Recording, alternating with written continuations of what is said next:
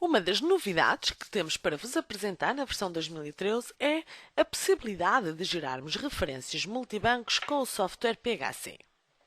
Em primeiro lugar, temos que configurar alguns dados a nível de parâmetros. E para isso vamos ver o nosso grupo de parâmetros referentes ao multibanco. Estabelecemos um protocolo com a EasyPay e, a partir do momento que adquira este serviço, o utilizador poderá, no software PHC, gerar referências multibanco. Temos então um conjunto de parâmetros que deve configurar com os dados que lhe vão ser facultados, em que temos, por exemplo, o nome do utilizador. Após os parâmetros, o utilizador tem que aceder à configuração dos documentos de faturação e vamos então validar a configuração. Utiliza referências multibanco / EasyPay. A opção está ativa. Na ficha do cliente, vamos também ativar a opção Gera referências multibanco automaticamente. E a partir deste momento, podemos faturar. Vamos escolher o nosso cliente, a referência do artigo e no separador Dados de Tesouraria, verificamos que temos então os campos para a entidade e referência multibanco e o respectivo valor. Vamos gravar. A referência foi gerada. Todas as referências que vão ser geradas pelo software PHC vão iniciar-se por 45. O valor é de 82,41 €. Vamos confirmar na página principal. Após gerar as referências, o utilizador poderia aceder ao site da EasyPay para verificar o que está pago ou não e, na opção de recibos de conta corrente para clientes, no menu de opções diversas, emissão automática de recibos, tínhamos então a possibilidade de selecionar a opção emissão automática de recibos para faturas pagas por referências multibanco, com um intervalo de tempo para essas referências, qual a série do recibo, qual o código de conta corrente e a respectiva taxa de IVA, e a partir deste momento avançávamos para a emissão dos recibos e respectivo processamento.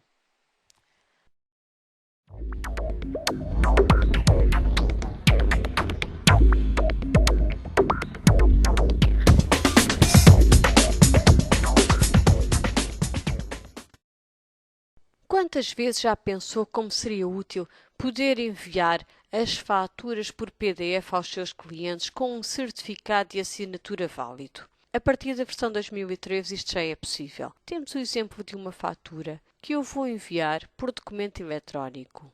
E, no ecrã de documento eletrónico, para além das opções que já tinha, passo agora a poder produzir o documento eletrónico em PDF assinado e enviá-lo para o destinatário.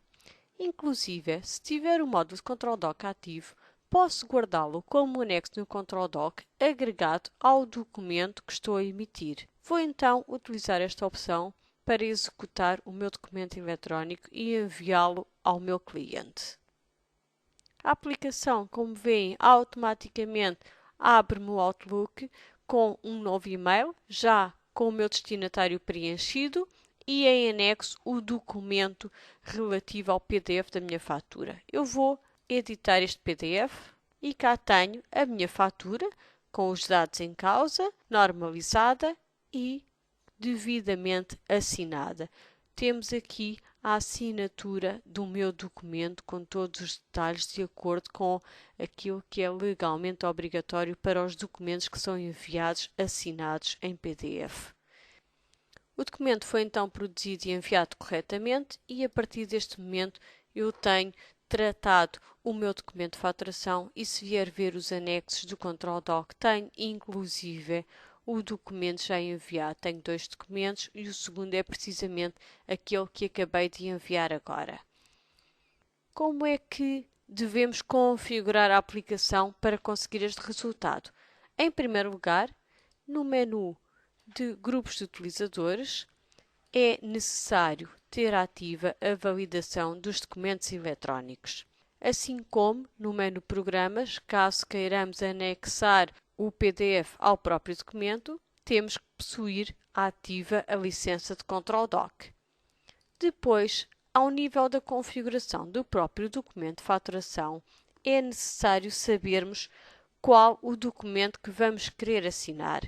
Assim, na área de documento eletrónico, é necessário dizermos que estamos a incluir o documento PDF e mais que o documento a assinar digitalmente será o documento PDF e desta forma indicando também qual a série do documento de faturação em termos de layout que queremos que seja utilizado. Como vemos, temos aqui várias séries, todas aquelas que estão criadas e disponíveis para o documento que eu estou a configurar. Escolhemos qual a impressão, digamos assim, do documento que eu vou querer utilizar para enviar então os meus documentos de faturação em PDF através da opção Documento Eletrónico. Depois, é necessário, obviamente, ter o certificado, ser proprietário de um certificado para que possa utilizar a assinatura dos PDFs que vão ser enviados e os dados deste certificado têm também eles que ser registados nos parâmetros da aplicação. Para quem fazia o envio das faturas em XML, este certificado já não é novo, digamos assim. Agora, todos os utilizadores podem fazer o envio das suas faturas assinadas em PDF e, para tal, deverão ter nos parâmetros de documento eletrónico devidamente preenchido o caminho para o certificado digital e o caminho para o certificado que vai assinar o documento em PDF.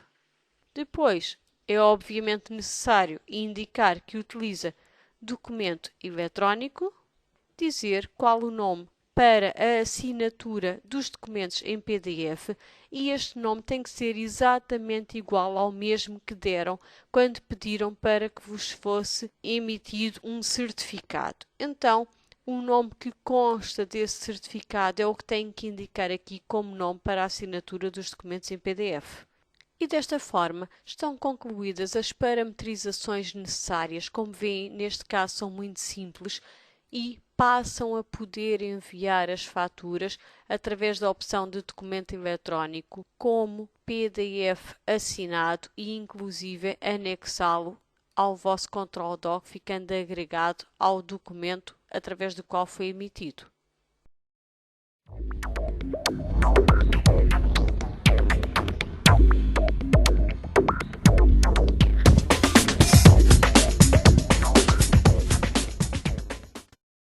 Foi criada na versão 2013 em todas as gamas do módulo PHC CS estão uma nova funcionalidade que nos irá permitir indicar quais os códigos de movimento de conta corrente que pretendemos que estejam disponíveis para ser utilizados no ecrã de adiantamentos a fornecedores. Esta configuração, que veio agilizar ainda mais a utilização do software PHC, está presente nas tabelas de gestão, códigos de conta corrente, e aqui foi introduzido uma nova opção que é a seguinte: não aparece como documento de adiantamentos. Todos os códigos de movimento de conta corrente que tenham esta nova opção ativa não irão estar visíveis, não irão estar disponíveis no ecrã de adiantamentos a fornecedores.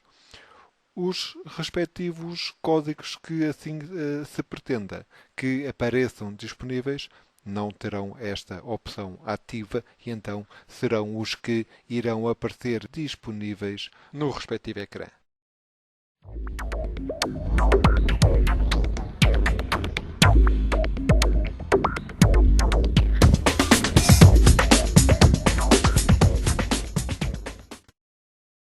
Já sabemos de versões anteriores que, ao ser efetuada uma cópia entre dossiês que estejam configurados como sendo dossiês de transferência entre armazéns, que a aplicação, de uma forma standard, invertia no documento de destino o armazém origem e o armazém destino.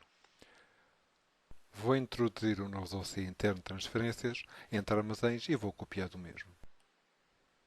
Vou escolher o dossiê que pretendo copiar e ao copiar o que no documento de origem, o armazém origem era o 1, passou a ser no documento atual o 10 e o armazém de destino 1. Ou seja, existe uma inversão do armazém de destino e do armazém de origem. Na versão 2013 surge agora a possibilidade de, ao efetuar cópias entre dossiês configurados como sendo dossiês de transferências entre armazéns, dar a indicação de que não pretendo que seja feita esta inversão.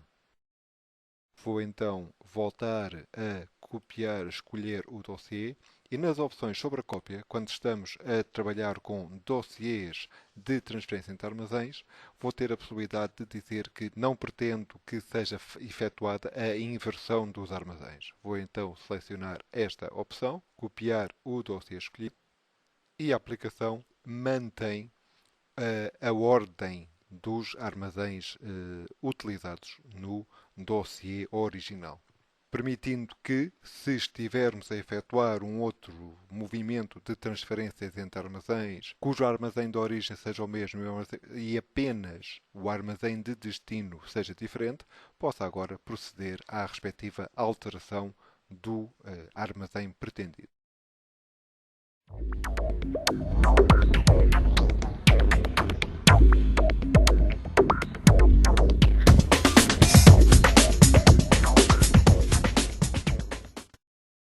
Na versão 2013, trabalhando com o módulo de gestão logística associado ao módulo de equipamentos ou de suporte técnico, passou a ser possível no ecrã de equipamentos, nas opções diversas, na opção documentos emitidos para o respectivo número de série, visualizar algumas novas colunas que foram adicionadas que nos irão permitir saber a localização do respectivo equipamento. Foram adicionadas colunas que nos vão dar indicação em relação ao documento utilizado, em que zona, em que alvéolo e, no caso de documentos configurados como documentos de transferência, também a coluna de armazém de destino, zona de destino e alvéolo de destino, que nos irão permitir obter a rastreabilidade do nosso produto e saber onde é que esse mesmo se encontra. Este equipamento foi um equipamento que finalmente foi vendido, deu saída e neste momento, portanto, a informação que aqui se encontra é a de que não está em nenhum alvéolo do meu armazém.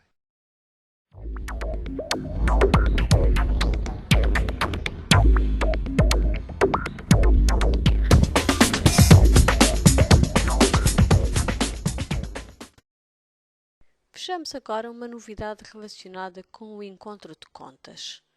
Vamos executar, neste caso, a título exemplificativo, o encontro de contas para todos os clientes e fornecedores, definindo o local de tesouraria para quando temos saldo a receber e para quando temos saldo a pagar. No próximo passo temos então a relação, como já acontecia, de todas as entidades que são nossos clientes e simultaneamente nossos fornecedores. Vou pegar aqui, logo no primeiro exemplo, o Manuel Fernandes Pinto, que é também nosso fornecedor. Temos documentos do cliente e fornecedor para regularizar, então eu vou selecioná-lo, pode ser a partir da opção cliente, e sim, automaticamente a aplicação seleciona-me todos os registros desta entidade. Como estamos a ver, os registros das restantes entidades não são selecionados. Isto para simplificar a relação de movimentos. E temos a data do documento a emitir, o total de débito, o total de crédito e passamos agora a ter um novo campo que nos indica o saldo, ou seja, a diferença entre os débitos e os créditos desta entidade. Neste caso, temos um saldo negativo porque o total do crédito é bastante superior ao total do débito. Isto permite-nos ter uma noção imediata dos saldos das relações entre os documentos de cliente e fornecedor que temos para regularizar e podemos depois ir desativando movimentos de regularização e, como podemos ver, automaticamente a aplicação vai atualizando em cada momento o saldo entre total de débito e total de crédito e, se decidirmos fazer o acerto para que não exista lugar a pagamento nem a recebimento, o saldo passa automaticamente a ser zero. Ou seja, a aplicação faz a regularização parcial de um movimento a débito ou a crédito para que o saldo seja zero e é precisamente o que aqui temos reportado. Esta possibilidade de fazer o acerto já existia.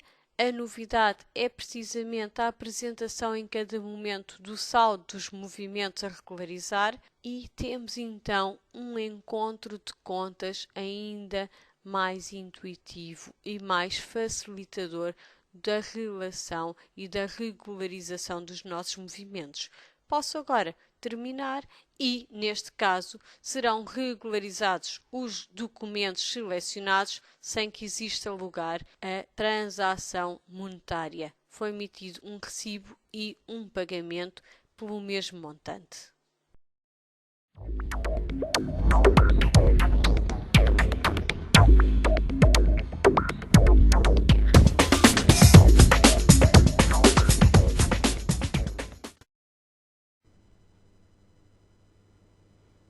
De modo a apoiar o utilizador no preenchimento da declaração recapitulativa do IVA, foi melhorada a análise do módulo de gestão designada Transmissões Intracomunitárias. Assim sendo, de modo a que a análise contenha toda a informação útil para o preenchimento da declaração recapitulativa do IVA, foi reformulada alguma informação que consta desta análise. De referir que esta análise já existia em versões anteriores, sendo que estava preparada para responder ao antigo anexo I, depois substituído pela nova declaração recapitulativa. A declaração recapitulativa é então um anexo da declaração periódica do IVA que tem que ser obrigatoriamente preenchido quando uma empresa tem transações intracomunitárias ou prestações de serviços ao abrigo do artigo 6º do Código do IVA. Vamos então perceber quais foram as grandes diferenças que foram introduzidas na análise de transmissões intracomunitárias disponível a partir do módulo de gestão. Vamos então executar a análise e definir como período para os documentos de faturação o período de 1/1 de 2012 até 1/3 de 2012 e vamos fazer uma previsão para verificarmos a informação que passa a constar desta análise a partir da versão 2013. Pois bem, para além da separação da informação por número de contribuinte e por tipo de operação, a análise passa então a contemplar nova informação, nomeadamente as somas referentes aos diferentes tipos de operações cujos valores devem ser reportados na declaração recapitulativa. Temos a soma das operações do tipo 1, que são as operações relacionadas com as vendas intracomunitárias, com o respectivo valor e a célula respectiva a ser preenchida na declaração recapitulativa. O mesmo acontece com o total de vendas de meios de transportes novos a particulares e equipamentos de outros Estados-membros. Exatamente a mesma coisa, valor e célula da declaração recapitulativa. Temos a soma das operações do tipo 4, que são operações triangulares executadas ou feitas com outros países da União Europeia, e a soma das operações do tipo 5, que são então que estão relacionadas com as prestações de serviço ao abrigo do artigo 6º do Código do IVA. Portanto, todas estas somas têm os respectivos valores e as células que devem ser preenchidas na declaração periódica do IVA. Temos também o total, este valor deve também constar da declaração recapitulativa, sendo que então, como podemos verificar, o utilizador terá como única preocupação copiar a informação desta análise para a aplicação de validação da DGCI.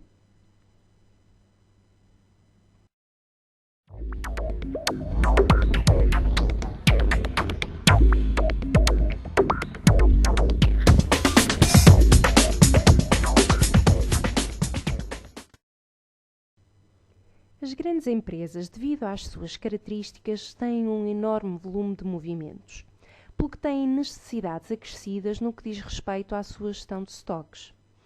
Na versão 2013, o software PHC disponibiliza na sua gama Enterprise a possibilidade de se efetuar uma gestão avançada de estoques.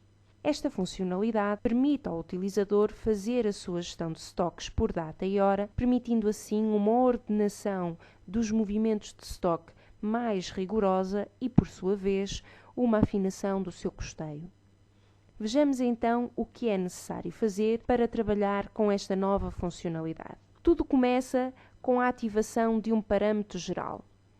O parâmetro geral utiliza a valorização de estoques por data e hora quando o custeio de estoque é o preço de custo ponderado, tem que estar ativo. A ativação deste parâmetro produz algumas alterações na aplicação, nomeadamente a disponibilização do campo hora em documentos configurados para movimentar estoques, bem como na tabela de movimentos de estoque, entre outros locais da aplicação.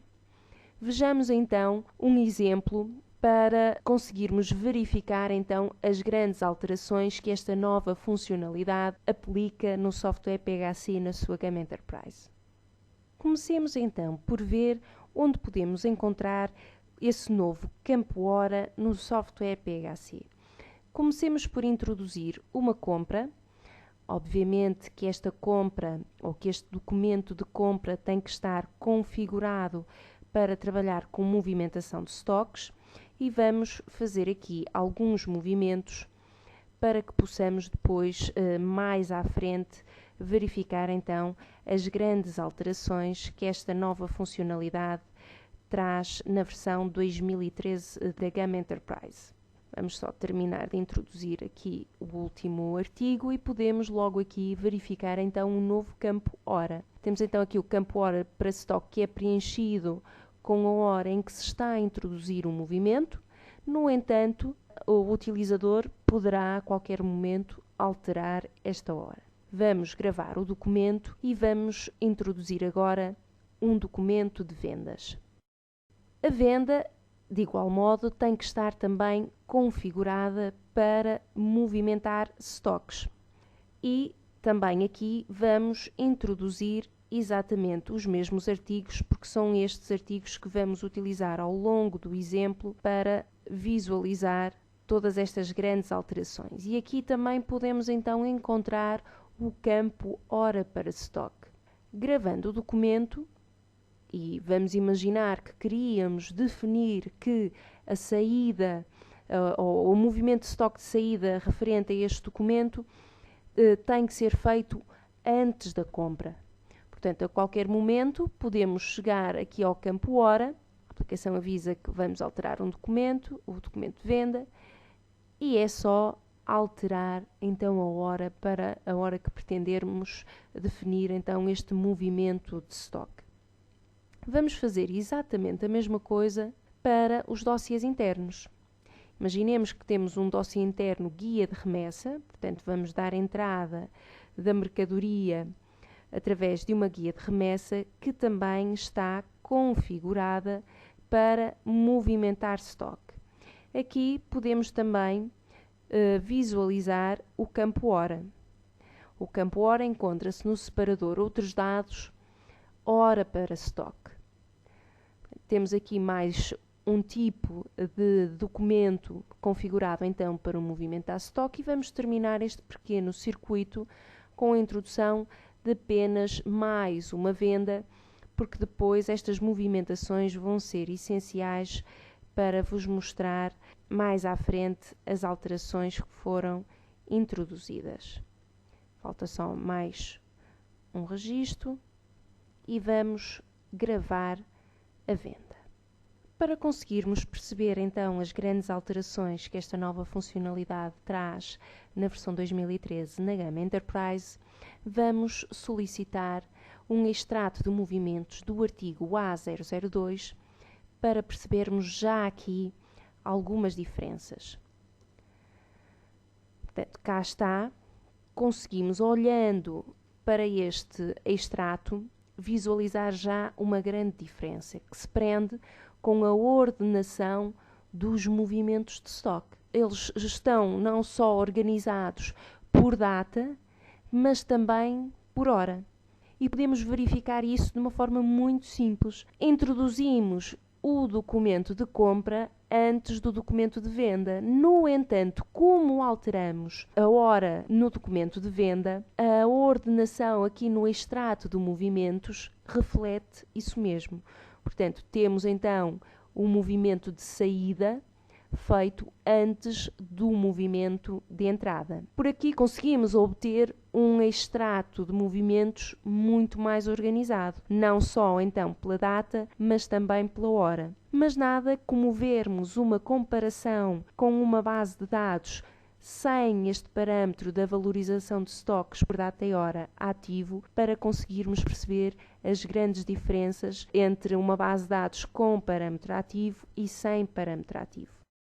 Estando então posicionados na base de dados sem o parâmetro ativo e solicitando exatamente o mesmo extrato de movimentos para o artigo A002, filtrado para a data de 5/1, uma vez que estes movimentos são comuns às duas bases de dados, podemos então aqui confirmar aquilo que tínhamos visto ainda há pouco. Portanto, a ordenação neste caso não é feita por data e hora. Portanto, a aplicação considera primeiro as entradas e só depois as saídas. Voltando novamente à base de dados com o parâmetro ativo, podemos também verificar que, devido a esta nova funcionalidade, conseguimos ter também um custeio mais elaborado, mais afinado, mais próximo então da realidade. Se solicitarmos um inventário de estoques em determinada data, valorizado ao preço de custo ponderado, e eu vou colocar aqui a data de 5/1, e vamos filtrar aqueles 3 artigos que fomos introduzindo nos movimentos, podemos então verificar logo aqui pelo valor total do custeio que o valor ascende a 5.592,03. Mas nada como fazer a comparação novamente com uma base de dados sem parâmetro ativo para conseguirmos visualizar aqui já uma diferença no que diz respeito ao valor do custeio.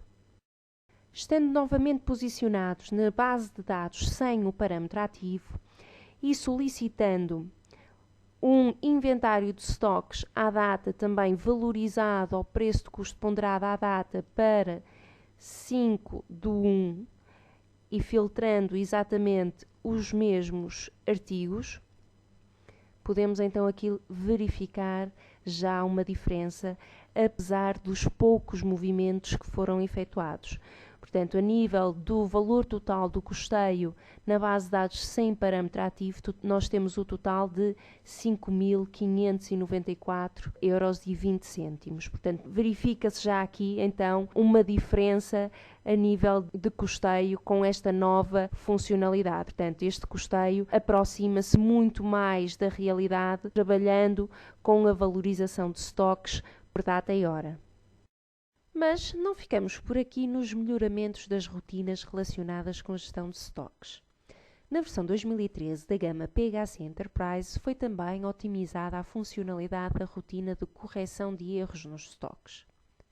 Como as grandes empresas têm sempre grandes dificuldades ao correr esta rotina, necessitando muitas vezes de o fazer ao fim de semana, porque são de facto necessários os 2 dias para o fazer, criamos novos campos na aplicação que vão ajudar a otimizar esta rotina. Para mostrar esses novos campos neste vídeo, desenvolvemos uma tecla do utilizador que vamos utilizar especificamente só neste exemplo, para então conseguirmos verificar quais são esses novos campos. Vamos correr então a tecla e, para além do campo descrição do documento, data e referência, temos também o campo hora, o campo preço de custo ponderado global, estoque total e total de entradas. Portanto, são estes os 3 novos campos que irão fazer então a diferença no cálculo da rotina de correção de erros nos estoques. Mas, olhando para esta listagem, conseguimos verificar então que estes campos aparecem preenchidos a partir só de determinada data. Isso acontece porque o parâmetro da valorização de estoques por data e hora foi ativo a partir dessa data. Assim sendo, sempre que se faz um movimento de estoque, já com o parâmetro ativo, a aplicação passa então a preencher de uma forma automática estes campos.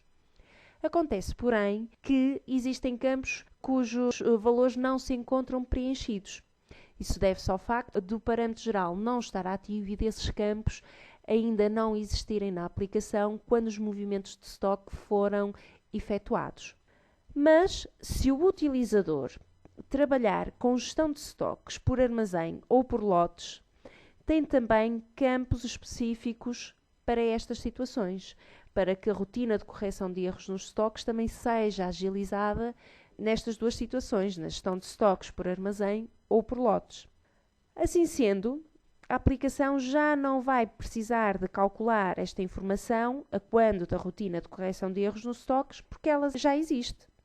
Mas, quando corremos a rotina de correção de erros nos estoques, aparece aqui um novo campo, o campo data inicial dos movimentos de estoque, que está já previamente preenchido. E que data é esta? Esta data é a data que se encontra definida nos parâmetros gerais como a data fechada. Ao fecharmos aqui a data, a aplicação sugere na rotina de correção de erros dos estoques a data fechada então dos parâmetros gerais. E faz todo sentido. Faz todo sentido porque quando se fecha a data nos parâmetros gerais, pressupõe-se que os movimentos anteriores nunca mais são mexidos. Assim sendo, quando vamos então corrigir os erros do estoque, faz sentido que a aplicação faça essa correção só e apenas para movimentos posteriores à data fechada que se encontra nos parâmetros. Este novo campo permite então limitar significativamente os movimentos a considerar para o cálculo desta rotina. Agora, apenas uma chamada de atenção. Quando corremos a tecla, verificamos então que existem aqui campos por preencher, portanto, os novos campos disponibilizados a partir da versão 2013 encontram-se por preencher para os movimentos de estoque efetuados antes da ativação do parâmetro. Assim sendo, quando se atualiza a aplicação para a versão 2013, a primeira coisa a efetuar é correr a rotina de correção de erros de estoque, mas no campo data inicial dos movimentos temos que retirar a data. Para quê? Para que a aplicação, então, considere a correção de erros nos estoques para todos os movimentos, incluindo os movimentos efetuados antes da ativação do parâmetro. Assim sendo, vamos então verificar e corrigir o estoque. A aplicação avisa que a data escolhida é anterior à data fechada. Ok, tudo bem. E vamos então correr esta rotina. Ok, está terminado. Vamos correr novamente a tecla e verificar o que é que aconteceu. Portanto, os campos passaram então a estar preenchidos, sendo que então desta maneira conseguimos ter a rotina de correção de erros dos estoques muito mais otimizada. Para finalizar, apenas a referência a uma outra melhoria com esta nova funcionalidade. O parâmetro geral relacionado com a atualização do custo das vendas corrige o custo das vendas dos artigos comprados quando grava a compra. Muitas vezes não era possível estar ativo em algumas empresas que tinham muitos movimentos. Porquê? Porque a gravação do documento tornava-se muito lenta. Ora, com esta nova funcionalidade, este parâmetro pode estar ativo. Porquê? Porque a aplicação passa a ler o último movimento de estoque, podendo assim o utilizador trabalhar com o custo das vendas sempre atualizado no software PHC.